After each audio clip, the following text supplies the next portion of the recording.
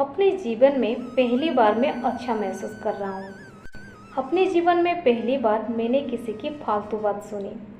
अपने जीवन में पहली बार उसने कोई गलती की। गाइस, इस प्रकार के सेंटेंसेस को हम हमारे डे टू डे लाइफ में बहुत यूज़ करते हैं। सो इस प्रकार के सेंटेंसेस को हम इंग्लिश में कैसे कहेंगे? इस प्रकार के सेंटेंसेस को इंग्लिश में कहने के लिए हमको पहले जानना पड़ेगा अपने जीवन में पहली बार। अपने जीवन में पहली बार या फिर जीवन में पहली बार, इसे इंग्लिश में क्या कहते हैं? जीवन में पहली बार इसे हम इंग्लिश में कहते हैं for the first time in life. For the first time in life.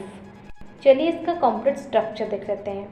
पहले आपको लिखना पड़ेगा for the first time in, इसके बाद पॉजिटिव प्रोनाउन। पॉजिटिव प्रोनाउन जैसे कि माई, his, her.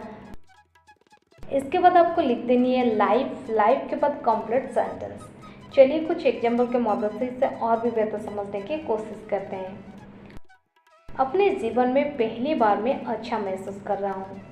For the first time in my life I am feeling good. For the first time in my life I am feeling good. अपने जीवन में पहली बार मैंने किसी की फालतू बात सुनी। For the first time in my life I heard someone's nonsense.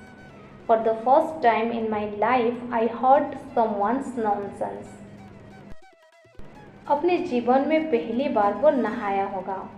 For the first time in his life, he would have taken bath. For the first time in his life, he would have taken bath.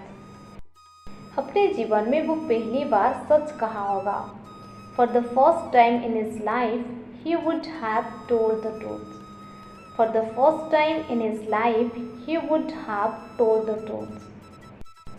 अपने जीवन में पहली बार उसने गलती की। For the first time in his life, he made a mistake. For the first time in his life, he made a mistake.